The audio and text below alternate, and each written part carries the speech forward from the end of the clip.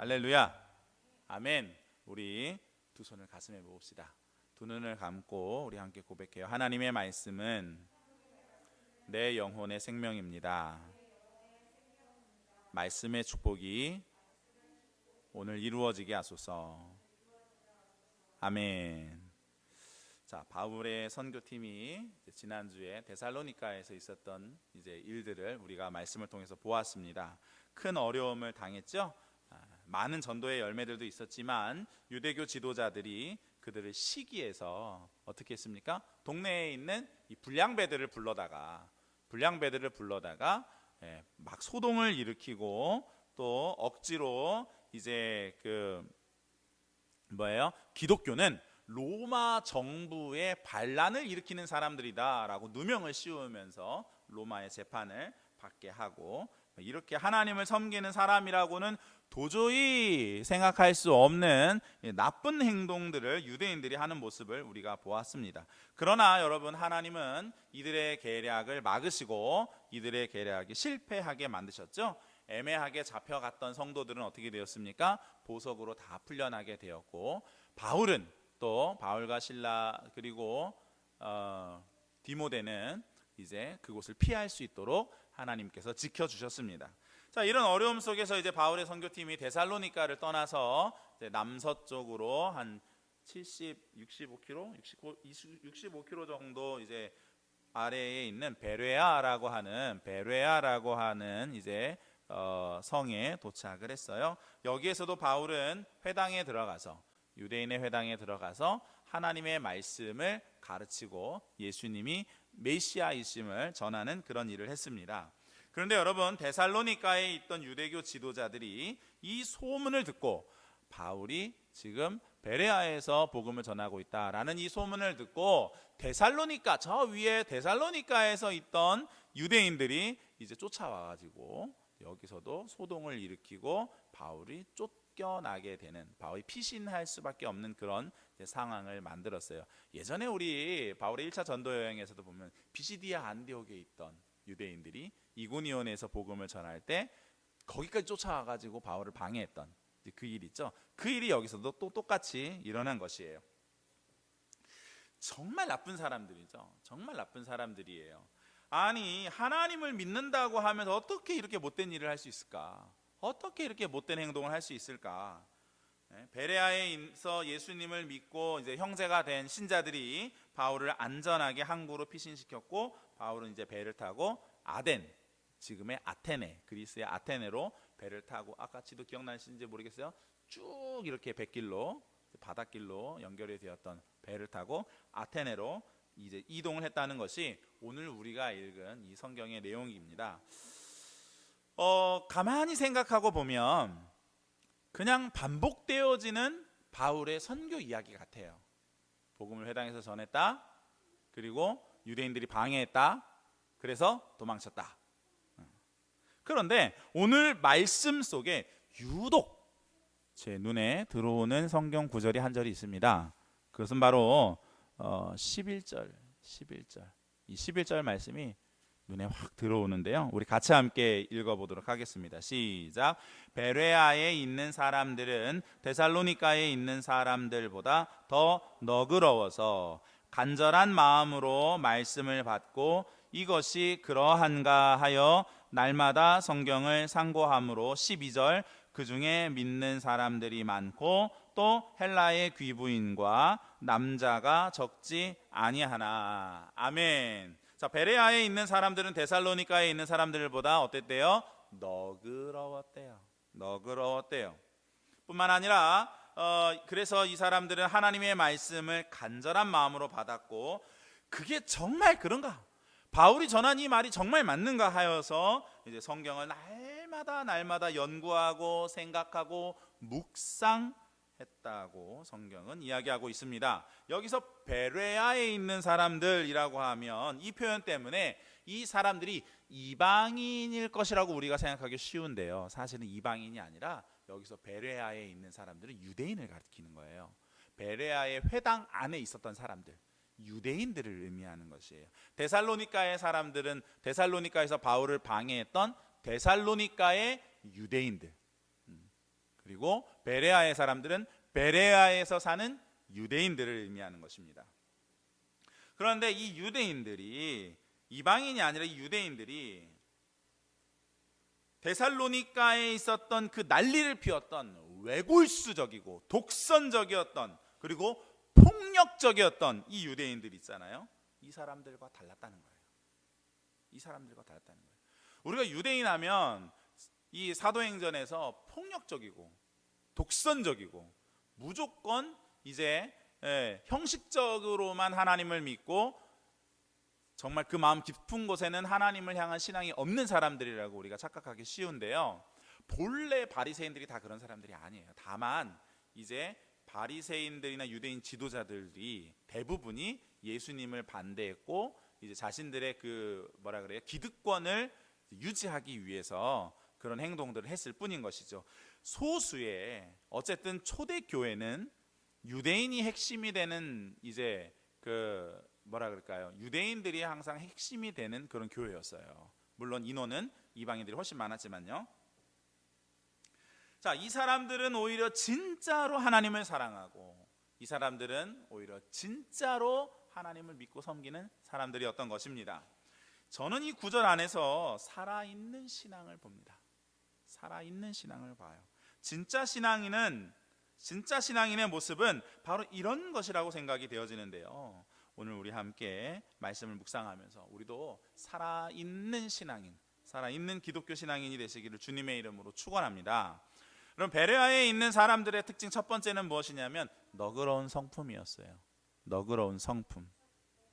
바울의 선교 여행을 우리가 생각해 보면 바울은 항상 유대인들을 중심으로, 회당을 중심으로 복음을 전했습니다. 그렇죠? 회당을 중심으로 복음을 전했는데, 그러나 여러분, 아이러니하게도 유대인들은 바울을 배척했고 회당에서 이제 하나님을 알던 경건한 이방인들, 유대교에 가입한 이방인들이 하나님의 말씀을 받았어요. 그래서 이 초대교회의 핵심 멤버들은 다 대부분 유대인이었지만, 그러나 대부분의 신자들, 절대 다수의 신자들이 다 이방인 그리스도인이었다는 사실을 우리가 사도행전을 통해서 알 수가 있습니다. 하나님께서, 왜냐하면 이방인들의 마음을 열어주신 것이거든요. 하나님께서 이방인들의 마음을 열어주신 것이에요. 바울의 선교 여행에 나타난 유대인들의 반응 어때요? 주로 방해하고 또 전도자들을 핍박하는 일을 했었죠. 유대인들은 특히 지도자들, 유대교 지도자들의 공통점은 늘 나오는 단어 있죠. 무엇입니까? 바울을 시기했다. 바울을 시기했다. 복음서에서도 예수님을 시기했다. 시기했다. 바로 시기했다라는 것이 이 유대교 지도자들의 어떤 공통적인 그런 모습이었습니다. 반면에 여러분, 베레아에 있는 유대인들, 심지어 베레아에 있는 유대교 지도자들, 랍비들까지도 바울을 시기하지 않았어요. 그리고 정말 객관적인 자세에서 바울이 전하는 복음을 평가를 했습니다. 어떻게 보면 사도행전에서 유일한 그룹이에요. 유일한 사람들이 바로 이 베레아에 있었던 유대인들이었던 것 같습니다. 그래서 이 사도행전을 쓴 누가는 이 사람들의 자세에 대해서 이렇게 평가합니다. 그들은 너그러웠다. 그들은 너그러웠다라고 말이죠.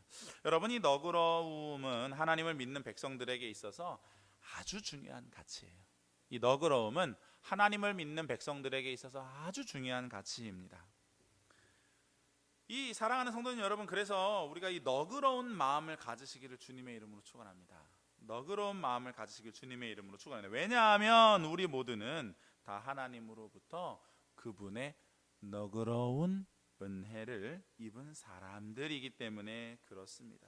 주님의 너그러운 마음으로부터 나오는 주님의 너그러운 용서와 너그러운 인내와 너그러운 사랑을 우리가 받은 사람들이시기 때문에 그래요. 예수님께서 1만 달란트 빚진 자가 그것을 탕감을 받고서도 돌아가는 길에 100데나리온을 이제 빚진 사람을 만났는데, 그 사람을 탕감해 주지는 못할 망정, 아니 그렇게는 하지 못한다고 해도 기다려 줄 수는 있잖아요. 기다려줄 수는 있잖아요. 자기가 큰 뭐 용서를 받았다고 해서 그 사람을 용서해 주지는 못해도, 당연히 용서해 줘야 되지만 용서해 주지는 못해도 그래도 기다려 주는 것은 할 수 있는 것인데, 기다려 주지도 못하고 그를 때리고 그를 감옥에다가 쳐 넣어 버렸단 말이에요. 100데나리온이 얼마냐면요, 1만 달란트에 비하면 100데나리온은 60만 분의 1이에요. 60만 분의 1. 6,000데나리온이 1달란트거든요. 그러니까 1만 달란트면 6천만 데나리온인 거예요. 그러니까 100데나리온이니까 60만 분의 1이에요. 조금 쉽게 설명을 하면 1,000원이라고 하면 얼마예요? 6억 원. 1,000원과 6억 원의 차이예요. 사실 뭐 100데나리온이 적은 돈은 아니에요. 왜냐하면 한 사람의 노동자의 하루 일당이니까 뭐 7만 원에서 10만 원 정도 생각할 수 있겠죠. 많이 쳐서 10만 원이라고 하면은 1,000만 원 정도 되는 돈이니까 큰 돈이죠. 사실은 큰 돈이에요. 그러나 그만큼 1,000만 원에 60만 배면 얼마입니까? 용서는 못 해줘도, 탕감은 못 해줘도 기다려는 줄 수 있는 거죠.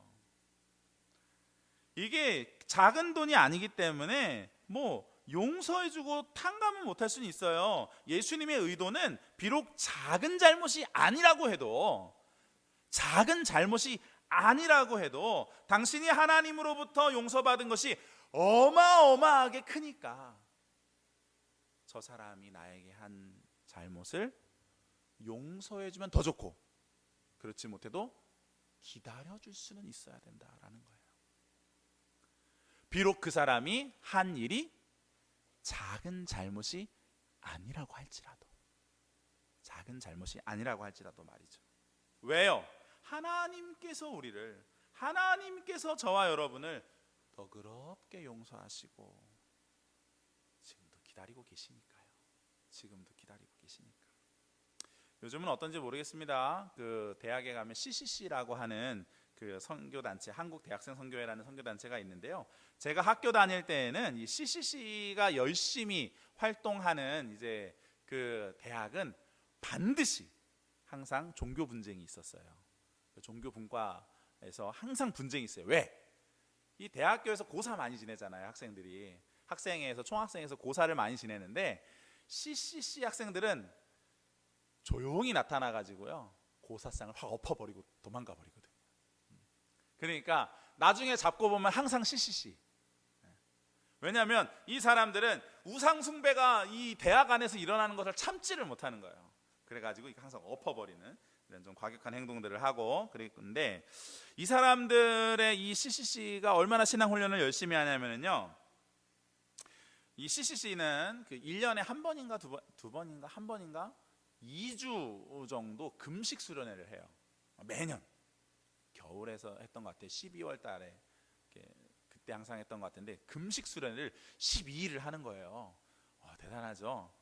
그리고 이 사람들은 꼭 1년에 한두 번씩 뭘 하냐면 방학 때 거지순례라고 해서 여비를 챙기지 않고 전도 여행을 가요. 장기간 동안 여비를 챙기지 않고 말 그대로 거지의 형태로, 하나님께서 이제 마태복음에서 종이 주인에게 그 쓸 바를 받는 것이 당연한 일이다라는 예수님의 말씀을 듣고 그 말씀을 믿는 마음으로 내가 돈을 갖지 않아도 믿음으로 내가 주의 일을 할 때 하나님이 채우시는 것들을 경험하게 하기 위해서 이 거지순례라는 것을 1년에 한두 번씩 꼬박꼬박 방학 때마다 이제 갑니다. 대단하죠. 대단해요. 제 믿음의 동역자 중에도 지금 저기 청주대학교인가 거기서 그 CCC 간사 부부가 다 간사예요. CCC 간사하는 아주 그 훌륭한 우리 믿음의 동역자가 있는데요. 제가 뭐 이분들을 지금 뭐 폄하하려고 그러는 게 아니에요. 그런 건 아닌데, 그런데 이분들의 대단한 열정, 이들의 이런 신앙 열정을 우리가 따라갈 수가 정말 없을 것 같아요. 그런데 생각해 볼 것도 있어요. 과연 그 고사상을 꼭 뒤집어 엎어야만 했는가?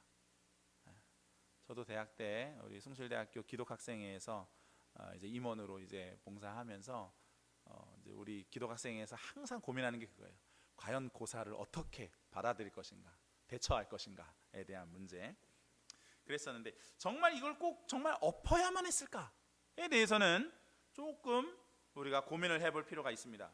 과연 그것이 나의 분은 풀어줄 수 있지만 하나님께서 기뻐하시는 행동일까? 그 행동을 통해서 정말 하나님이 영광을 받으실까?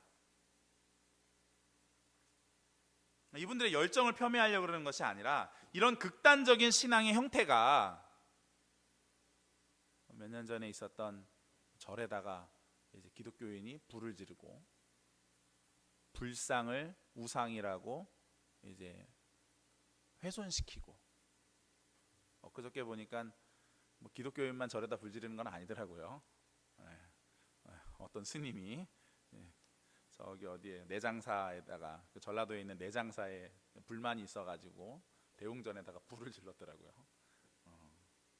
자, 이런 극단적인 그런 행동들과 뭐가 다를까? 이런 극단적인 행동들이 사람들로 하여금 기독교인들은 이기적이다, 자기들밖에 모른다, 기독교인과는 말이 통하지 않는다 라고 하는 이런 평가를 사람들로 하여금 하게 합니다. 그러나 우리 기억해야 됩니다. 주님은 너희 착한 행실로 사람들이 하나님을 보고 하나님께 영광을 돌리게 해라, 주님은 그렇게 말씀하셨어요.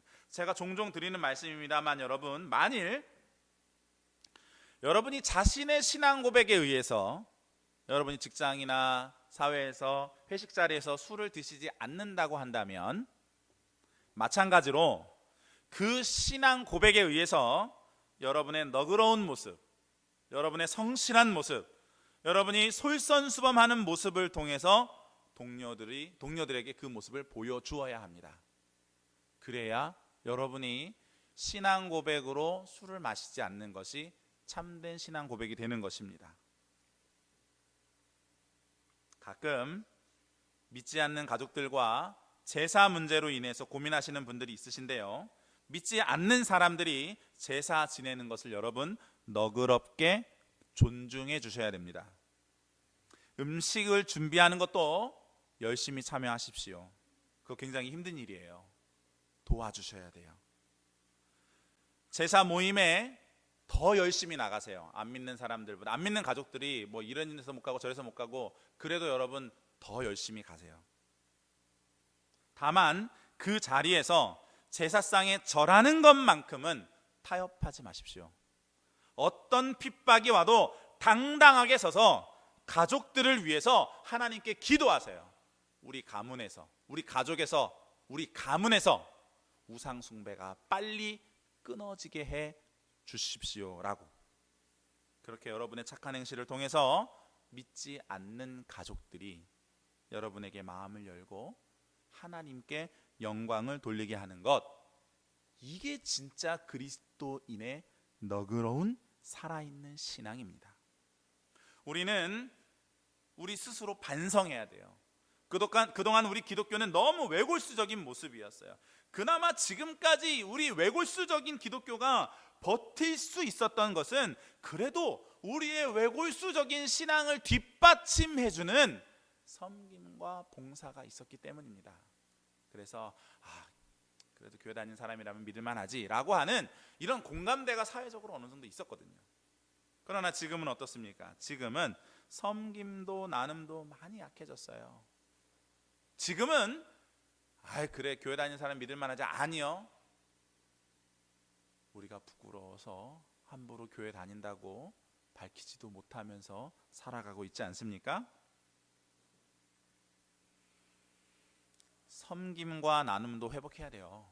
섬김과 나눔도 우리 회복해야 됩니다. 그러나 외골수적인 신앙도 건강한 신앙, 너그러운 신앙으로 변화되어져야 돼요. 어쩌면 오늘날의 이 교회가 받고 있는 핍박과 어려움들은 하나님께서 그동안 우리에게 있었던 외골수적인 신앙의 모습을 이제 회복하라고 기회를 주시고 있는 것일 수도 있습니다. 여러분, 예수님께서 천국 가려면 어떻게 해야 되느냐? 예수님께 물었던 부자 청년 이야기 있죠. 예수님께서 그에게 십계명을 지키라라고 말씀하셨는데요, 주님은 의도적으로 하나님에 관한 계명인 1계명부터 4계명의 말씀을 하지 않으셨어요. 그리고 의도적으로 부모를 공경해라, 살인하지 말아라, 간음하지 말아라, 도둑질하지 말아라, 거짓 증거하지 말아라 라고 말씀하셨습니다. 사람을 향한 관계인 이 5계명부터 9계명을 의도적으로 주님께서 그에게 말씀하셨습니다. 천국에 가려면, 영생을 얻으려면. 그리고 여기에다가 레위기 19장 18절에 있는 말씀을 첨부하셨는데요, 내 이웃을 내 몸과 같이 사랑해야 된다. 그래야 영생을 얻고 그래야 천국에 갈 수 있다라고 말씀하셨습니다. 여러분, 참 이상하죠? 천국에 가려면 하나님의 집이니까 하나님께 잘해야 되는 것 아니겠습니까? 하나님께 잘해야 되는 것 아니겠어요? 그런데 여러분, 예수님은 마치 사람과의 관계를 잘하는 것이 하나님과의 관계를 잘하는 것보다 더 어렵다, 더 중요하다라고 말씀하시는 것 같아요.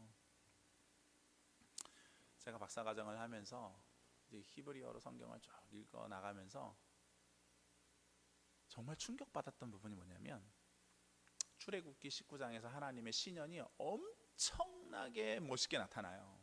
막 장엄하고 웅장하게 나타나시면서 내가 너희에게 거룩한 백성이 되게 하고, 나의 소유가 되게 하고 거룩한 나라, 제사장 나라가 되게 하겠다라고 말씀하시면서 막 천둥과 번개, 막 구름이 빽빽하게 가득한 이런 속에서 천둥과 번개, 우레와 같은 목소리를 하나님이 말씀하시는 이 장엄한 신현이 나타납니다.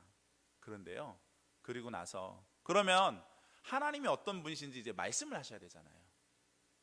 왜냐하면 하나님을 모르고 있던 백성들이니까. 하나님을 잊고 살았던 백성들에게 하나님이 나타나셔서 그들을 끌어내셨으니까, 하나님이 그렇게 거룩한 백성으로 너희를 만들 나는 이런 존재다라고 말씀을 하실 것 같은데, 하나님 뭐라 말씀하시냐면, 너희 사회에 있는 약자들을 돌아봐라. 돌아보지 않으면 가만 안 두겠다.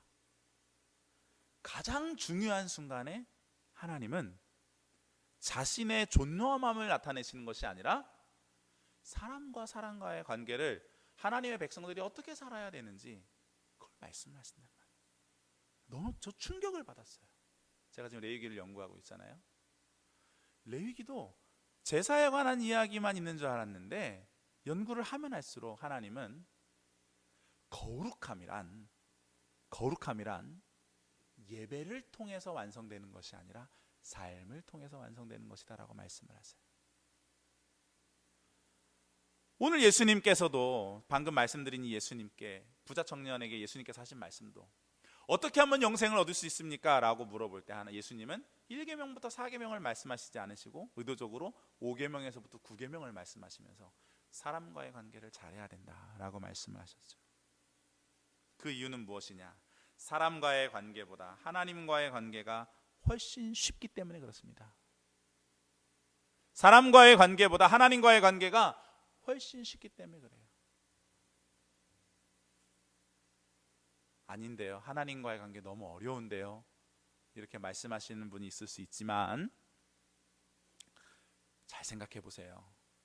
교회 나와서 예배하는 것과 헌금 생활하는 것과 봉사 생활하는 것, 그리고 밖에 나가서 정말 하나님의 백성답게 너그럽게 인내하며 용서하며 사랑하며 솔선수범하며 살아가는 것, 어느 것이 더 쉽습니까? 어느 것이 더 쉬워요? 교회 나와서 예배하는 게, 종교활동이 훨씬 쉬워요. 그렇기 때문에 그 사람이 정말로 하나님을 믿는 사람인가, 정말로 예수님을 신뢰하는 사람인가 하는 것은 그가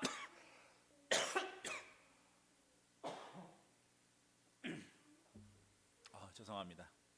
그래서 너무 흥분했나 봐요. 자, 그 사람이 정말로 하나님을 믿는 사람인가, 예수님을 그가 정말로 사랑하는 사람인가 하는 것은 그가 얼마나 사람과의 관계에서 너그러운가, 진실한가 하는 것을 통해서 우리가 알 수 있는 것입니다. 부디 우리 하늘향기교회 성도님들은 베레아 사람들처럼 너그럽고 아멘, 진실한 아멘 하나님의 백성들이 되시기를 주님의 이름으로 축원합니다. 베레아에 있는 사람들의 성품이 너그러웠다고 한다면 그들이 하나님의 말씀을 대하는 태도는 간절한 마음으로, 그들이 하나님의 말씀을 대하는 태도는 어떤 마음으로?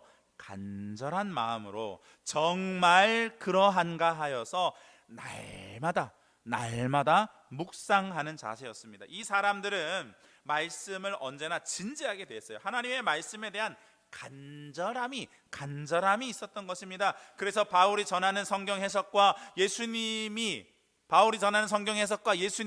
성경에서 말씀하고 있는 정말 그 그리스도라고 하는 사실이 맞는지 이 성경 해석에 대해서 진지하게 고민했어요.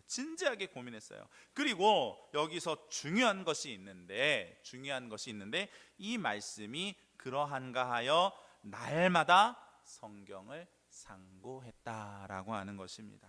너그럽다고 해서 여러분 어디서 누가 뭐라 그러면 아 그래? 또 다른 사람이 뭐라 그러면 아 그래? 하면서 갈대같이 이리저리 흔들리지 않았어요. 정말로 성경 말씀이 그렇게 되어 있는지 이 사람들은 날마다 모여서 진지하게 말씀을 연구했습니다. 진지하게 말씀을 배웠어요. 그리고 결론을 내렸습니다. 바울이 맞구나. 예수가 정말로 성경에서 말씀하신 그리스도구나. 부활하신 예수님이 그리스도가 맞으시구나라고 하는 결론을 내린 거예요. 여러분 이 사람들이 왜 이렇게까지 진지하게 말씀을 연구했을까요? 이 사람들은 데살로니가에 있는 사람들처럼 무늬만 유대인이었던 사람들이 아니었던 거예요. 무늬만 하나님을 믿는 사람들이 아니라 진짜 하나님의 백성들이었기 때문에 그렇습니다. 여러분 어떤 신앙은 정말 맹목적이에요. 그런데 어떤 신앙은 막연해요. 무늬만 신앙이지 믿지 않는 사람들과 똑같습니다. 데살로니가에 있는 유대인들처럼 말이죠. 그러나 베레아에 있는 이 사람들은 막연한 신앙이 아니었습니다. 그렇다고 해서 맹목적인 신앙도 아니었어요. 이들은 진실한 신앙인이었습니다. 진실한 신앙인. 맹목적인 신앙인, 독선적인 신앙인이 아니라 너그러운 신앙인이었어요. 사랑하는 성도님들 여러분, 우리도 이렇게 너그러우면서도 진실한 그런 신앙인이 되시기를 주님의 이름으로 축원합니다. 우리가 말씀을 대하실 때 단순히 그냥 어렵다라고 치부해 버리지 않았으면 좋겠어요. 그리고 말씀을 묵상하고 말씀을 또 배우고 이런저런 이야기들이 들려올 때에 과연 성경이 정말로 그러한가? 성경을 잘 찾아보시고 그 말씀을 기준으로 살아가는 진실한 성도님들이 되시기를 주님의 이름으로 축원합니다. 오랫동안 교회는 술 마시는 것을 금기시켜 왔습니다. 기억하실지 모르겠지만 저는 이 자리에서 여러 차례 말씀을 드렸어요. 성경이 술 자체를 금지하는 것이 아니다 라고 말씀을 드렸습니다. 교회는 오랫동안 진화론이 거짓이고 창조론만 믿어야 한다고 가르쳐 왔습니다. 그러나 기독교 과학자들은 창조 과학이 거짓 과학이고 진화는 마치 엄마의 뱃속에서 10달 동안 아이가 성장해 나가는 것과 같은 하나님께서 세상을 창조해 가시는 과정이다라고 그렇게 이야기를 해요. 서울대학교 천체물리학 교수님이신 우종학 교수님 대표로 있는 과학과 신학의 대화라고 하는 이 단체가 우리나라에서는 이제 가장 대표적이고요.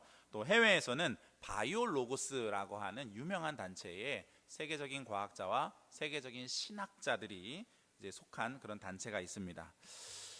제가 목사로서 또 구약 전공자로서 이 문제를 쉽게 그냥 넘어가면 안 되겠죠. 그래서 창세기 1장, 2장 그리고 구약 성경에 있는 창조를 다루고 있는 다른 본문들을 히브리어로 원문으로 면밀하게 살펴보았어요. 면밀하게 살펴본 결과 심지어 바울이 이제 다다음 주쯤에 이제 아레오바고에서 이제 설교하는 내용이 나오는데요. 거기에 있는 헬라어도 이제 면밀하게 살펴보았습니다. 거기에서도 창조에 대한 이야기가 한두 가지가 이제 언급이 돼요. 자, 그렇게 살핀 결과 성경이 말하고자 하는 것은 잘 들으십시오. 하나님께서 이 세상을 지으신 것을, 하나님께서 이 세상의 모든 것을 그의 말씀으로 창조하셨다. 성경이 말하고 있는 것은 뭐라고요? 하나님께서 이 세상의 모든 만물을 그의 말씀으로 창조하셨다. 아멘이시죠? 네, 이것이다 라고 결론을 내렸습니다. 그렇다는 것은 하나님께서 어떤 방법으로 창조하셨는지, 며칠의 기간으로 창조하셨는지에 대해서는 성경은 객관적인 증거를 우리에게 제시하지 않는다라는 결론을 내렸어요. 다 설명하려면 너무 길기 때문에 저에게 찾아오십시오. 또 우리 목사님이 그렇대 라고 어디 가서 설명 못하실 말씀 하시지 마시고 마음으로만 받으시기를 바라요. 그리고 다시 한번 말씀드리지만 성경이 진짜 그렇게 말하고 있는지 읽어보시고 연구해보시고 잘 찾아보셔야 돼요. 요즘 자꾸 정치 하시는 어느 목사님이 예수님의 족보에 있는 모든 여자들은 다 창녀다라는 그런 위험한 발언을 하셨는데요. 저도 제가 청년 때 또 중고등부 다닐 때 그런 성경 해석을 들었던 기억이 있습니다. 저도 그렇게 생각을 했었어요. 그러나 성경을 다시 한번 제가 구약 전공자로서 다시 한번 이제 보았을 때 그것이 아니다라는 것을 이제 결론을 내리게 되었는데요. 여러분, 누가 어떤 목사님이 이런 말씀을 했다, 혹은 어떤 학자가 이런 얘기를 했다라고 하는 것에 흔들리면 안 돼요. 중요한 것은 무엇이에요? 그러면 그들의 말이 과연 이 성경에 정말 부합하는 것인지, 특히 원문에, 히브리어에, 헬라어에 그렇게 되어 있는지 잘 찾아보셔야 됩니다. 지금 도준이가 방학 때 저랑 같이 히브리어 이제 창세기 1장부터 내려가면서 1장 10절까지 썼나? 9절? 창세기 1장 9절까지 히브리어로 쭉 써내려갔어요. 처음에는 어떻게 읽는지도 모르고 읽는 거 알려줘도 못 읽었거든요. 10절, 9절까지 가니까 더듬더듬 혼자서 읽기 시작해요. 대단하죠? 어려운 거 아니에요. 어려워요. 네, 어렵습니다. 어려운 거 아니라 그러면 안 되겠지. 어려워요. 어려운데 여러분, 생명의 말씀이잖아요. 우리 부끄러워해야 되는 것은 이슬람 교도들은 코란을 어느 나라 문화권에 있든지 다 읽을 수 있습니다. 그리고 그 뜻을 원문으로 읽고 해석해요. 부끄러워해야 돼요. 제가 그래서 제 마음에 한 가지 소원이 있는 것은 우리 성도님들과 함께 히브리어 성경을 좀 같이 읽어 나가는 그런 시간을 좀 가지고, 그리고 그걸 이제 조금 더 이제 원문에 맞게 해석하고 분석하는 그런 시간이 좀 있었으면 좋겠다 하는 그런 생각을 좀 해봅니다. 여러분이 원하시면 일주일에 한 번씩, 일주일에 한 절씩이라도 그런 시간을 좀 가지면 좋겠어요. 자, 그래서 여러분, 이 창조론이냐 진화론이, 제가 그 얘기를 하려고 그러는 것이 아니라 어떻게 보면 여러분, 우리의 신앙과 우리의 삶, 우리의 신앙과 세상 속에서의 삶 사이에서 갈등이 있잖아요. 그것을 단적으로 보여주는 것이 바로 창조론이냐 진화론이냐 하는 이 갈등이라고 생각이 되어져요. 우리가 진심으로 신앙생활을 하면요, 우리가 마음을 다해서 신앙생활을 하면 우리의 신앙과 세상의 삶 사이에서 반드시 갈등이 있습니다. 우리가 정말 진심을 다해서 진실하게 신앙생활을 하면 세상에서의 삶과 갈등은 필연적으로 일어나게 되어져 있어요. 그런데 많은 사람들은 그 갈등을 그냥 안고 사는 것 같아요. 당연히 그렇겠지 하면서, 그러면서 그 갈등을 해결하지 않은 채 말씀이나 생활 둘 중에 하나를 무시해버리거나 둘 중에 하나를 포기해버린다는 것이 문제입니다. 예를 들어서 이러한 갈등 속에서 신앙을 타협해버린다. 정말 해서는 안 되는 일이지만 그렇다고 해서 여러분, 생활을 포기해버린다. 너무나 안타까운 일이죠. 사랑하는 여러분, 이것만은 꼭 명심하십시오. 이것만은 우리가 꼭 기억하십시오. 하나님은 우리가 갈등하기를 원하지 않으십니다. 우리가 갈등하기 원하는 것은 마귀예요. 우리가 갈등하기 원하는 것은, 주저하게 하는 것은 마귀예요. 하나님은 우리를 갈등하게 하지 않습니다. 이거 하나는 꼭 기억하십시오. 하나님은 우리를 갈등하게 하지 않으시면서, 하나님은 우리가 하나님을 잘 섬기면서 세상에서도 정말 충실하게 살게 되기를 바라세요. 신앙과 삶의 부딪힘, 우리가 세상을 살면서 경험하는, 발생하는 신앙과 삶의 부딪힘을 이상하게 여기거나 무시하지 말고 진지하게 해결해 나아갈 때에 우리가 하나님께서 주시는, 하나님께서 원하시는 풍성한 삶을 살아갈 수 있는 것입니다. 그러니 사랑하는 여러분, 말씀을 배우십시오. 큐티하면서 말씀을 묵상하십시오. 그리고 말씀을 배우고 말씀을 듣고 묵상한 말씀을 삶에서 실천해 가십시오. 우리 교회는 2021년 시작하면서 생명의 삶 큐티 책을 가지고 큐티를 하고 또 새벽 예배를 지금 그렇게 진행을 하고 있어요. 그렇게 하는 것은 여러분이 혼자서 큐티하는 것이 쉽지 않기 때문에, 저도 청년 때 그런 경험을 많이 했고, 그렇기 때문에 제가 여러분의 큐티를 도와주기 위해서 새벽 예배 때 생명의 삶을 가지고서 하는 것이에요. 새벽 예배 또 지금 매일같이 촬영하고 있습니다. 유튜브로 업로드가 계속해서 되고 있어요. 어떤 분이 연락을 주셨습니다.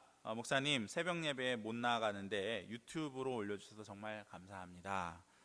실시간으로는 게을러서 못하고 있지만 출근하면서 매일같이 버스에서 듣고 있습니다 라고 어떤 분께서 저에게 용기를 그렇게 주시더라고요. 감사하다고 연신 그렇게 말씀을 하시는데, 여러분 새벽에 못 일어나시면 아침에 출근하시는 차 안에서 이어폰 꽂고 들으시면서 하루를 말씀과 기도로 그렇게 시작하시기를 바라요. 오실 수 있으시면 또 여기 같이 오셔서 하셔도 되고, 못 오시면 집에서 일어나셔서 하셔도 되고, 여러 가지 상황들이 있지 않습니까? 그러나 최선을 다해서 저도 지금 노력하고 있습니다. 우리 말씀을 가까이 하시고 진지하게 말씀으로 살아가시기를 바랍니다. 여러분, 교회력에 따르면 지금은 예수님의 삶을 묵상하는, 예수님의 생애를 묵상하는 기간인 사순절 기간입니다. 사순절 기간인데요, 4월 4일이 부활절이에요. 그리고 3월 이제 28일부터 고난주간이 시작이 되어져요. 이 고난주간에 한 주간 동안 우리가 주님의 고난을 묵상하면서 다시 한번 특별 새벽 기도회를 했으면 좋겠습니다. 특별 새벽 기도회를 했으면 좋겠어요. 사랑하는 우리 성도님들 여러분, 너그러운 신앙인, 말씀을 간절히 진지하게 대하는 신앙인, 그래서 깨달은 그것을 삶에서 실천하는 살아있는 신앙인이 되시기를 주님의 이름으로 축원합니다. 아멘. 우리